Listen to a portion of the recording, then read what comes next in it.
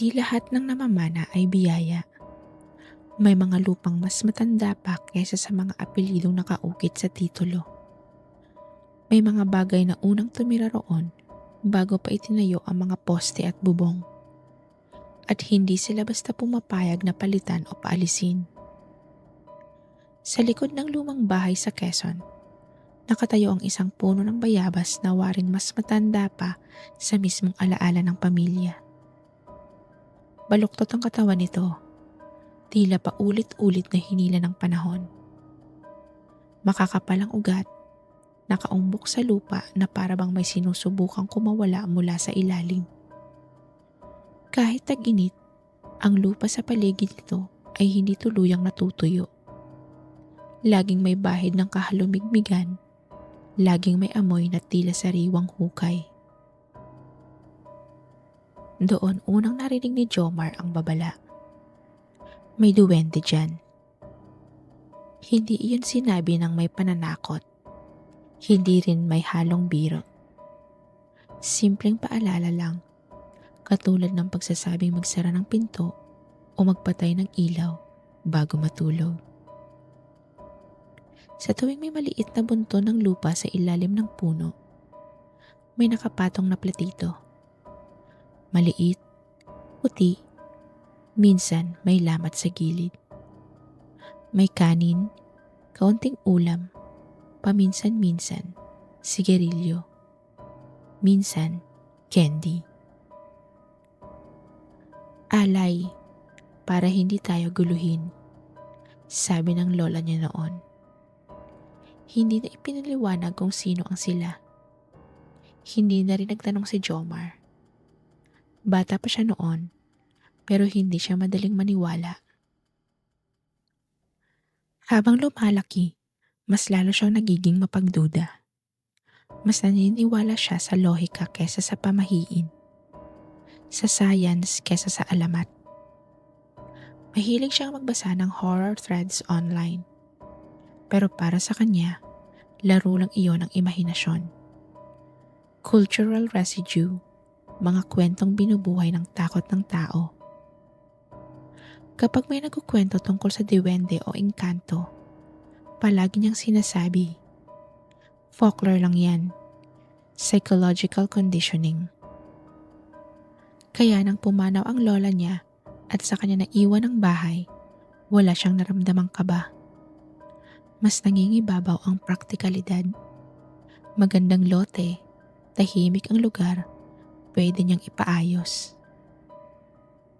Sa unang araw niyang mag-isa roon, nagdala siya ng monoblock chair sa likod bahay. May hawak na beer, pinagmamasdan niya ang puno. Nandoon pa rin ang bunton. At may bagong alay. Kanin na naman. Sayang, bulong niya. Kinuha niya ang platito. Inamoy ang ulam, maasim na. Pinapakain lang sa langgam. Ibinuhos niya ang laman sa lupa at sinipa ang bunton. Nagkalas ang lupa. May maliit na butas na lumitaw sa gitna. Saglit na may malamig na hangin na dumaan kahit tirik ang araw. Hindi niya yon pinansin. Imagination. Kinabukasan, inimbitahan niya sina Mark at Jessa para mag-inuman. Diwende daw dito, sinipa ko pa nga ang alay. Sabi niyang habang naglalatag ng pulutan. Nagtawanan sila. Lumabas silang tatlo sa likod bahay. Sa ilalim ng puno, tila mas madilim ang lilim kahit hapon pa.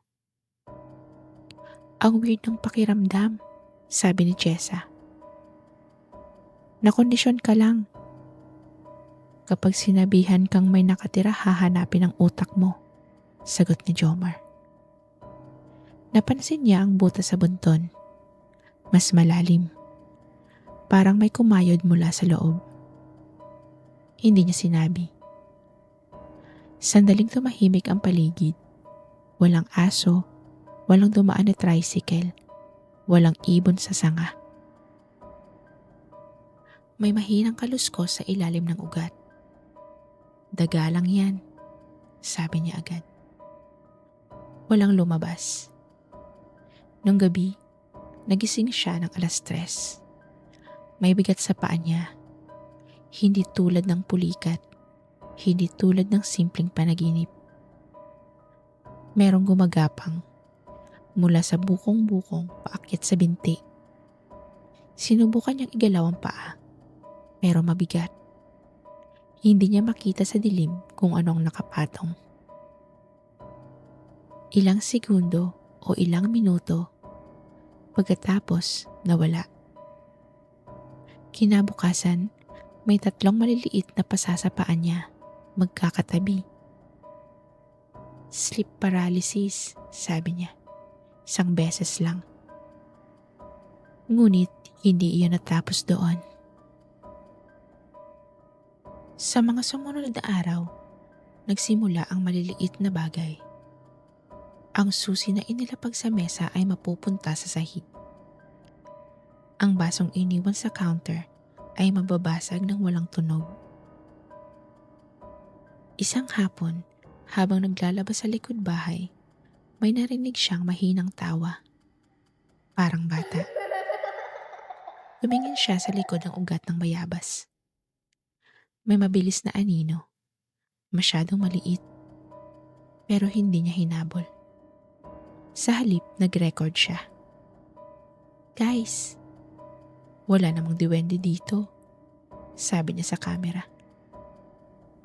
Ibinaba niya ang cellphone. Nakatutok sa puno. Nang pinanood niya ang video sa loob, may napansin siya. Sa likod niya, may gumagapang na maliit na hugis. Mabilis. I-rewind niya, nandun pa rin.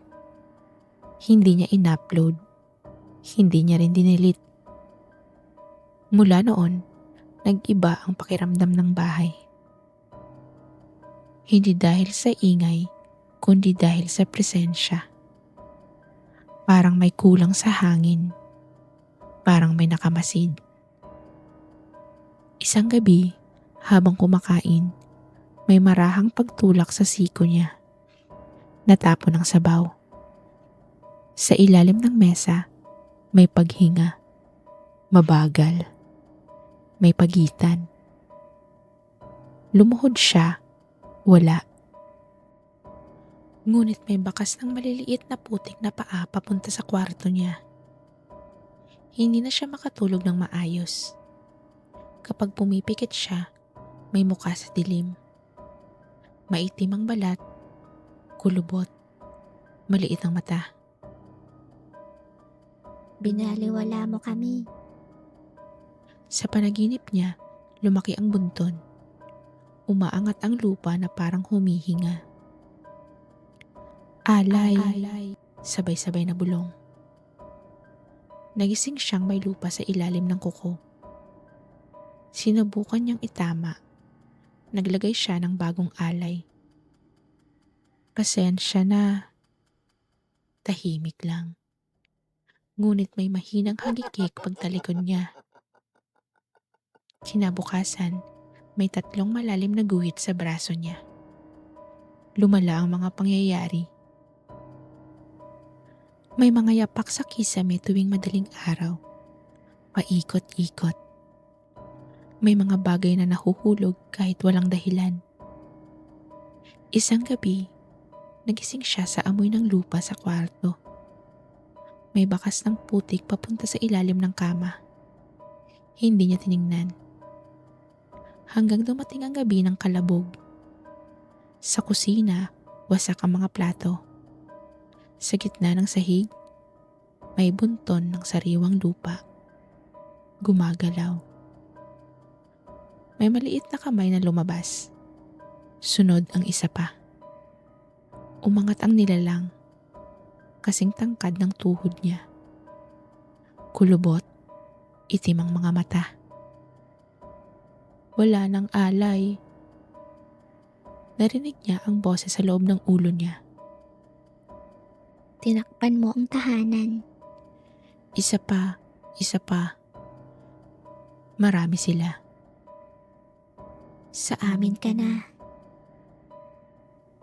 Kinabukasan, natagpuan siyang tulala sa sala. Dinala siya sa ospital. Hindi siya nagsasalita. Sa likod bahay, natumba ang puno ng bayabas. Sa ilalim ng ugat, may malaking hukay ngunit walang laman. Pagbalik niya makalipas ang ilang linggo, mas payat na siya at mas tahimik.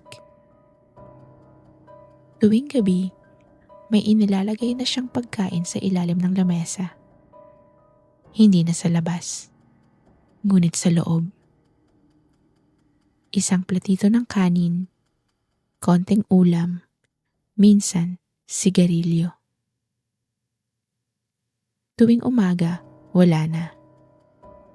Hindi niya tinatanong kung paano. Hindi na siya natatakot kapag may malamig na presensya sa likod niya. Kapag may marahang paggapang sa balikat niya, hinahayaan niya. Isang gabi, narinig siyang nagsasalita. Hindi na ako lalaban. Sa ilalim ng mesa, may sagot.